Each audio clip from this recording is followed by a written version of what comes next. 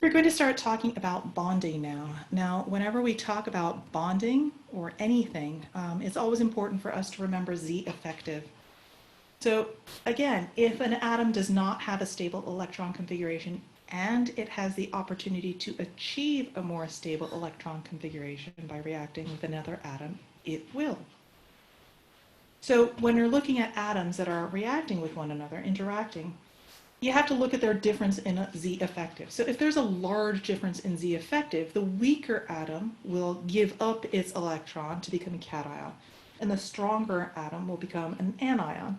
And now between these two ions, there's a strong force of attraction because we now have oppositely charged particles. So this is what we call an ionic bond. It's not necessarily a bond in that I'm sharing things. It's a very strong force of attraction, incredibly strong. And this force of attraction further increases the stability of those ions. It's kind of like positive reinforcement. So ionic compounds. So let's look at an example of lithium and chlorine. So lithium and chlorine, neither of them have stable electron configurations. When they are brought in close proximity to one another, they will react to form lithium chloride. And this shows this lithium electron right here was given up to the chlorine. So now lithium becomes positively charged, and remember we show that by showing brackets and a positive charge.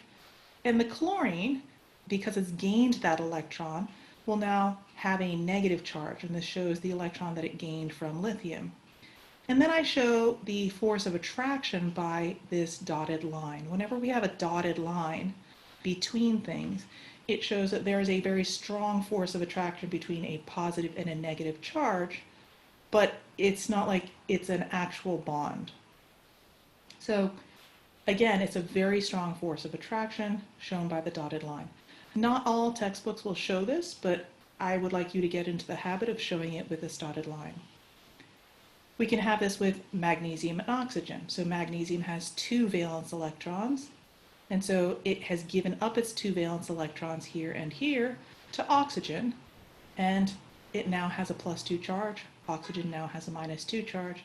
And again, I show that electrostatic force of attraction with this dotted line. Now, even though this dotted line, they're drawn the same way, remember that because of electrostatic forces of attraction, because this is a +2 and a -2 charge, this force of attraction is much stronger than this force of attraction.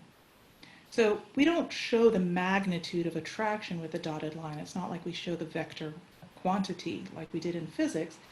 We just show that it's there, and we trust that you have the brains to figure out that this is stronger than this.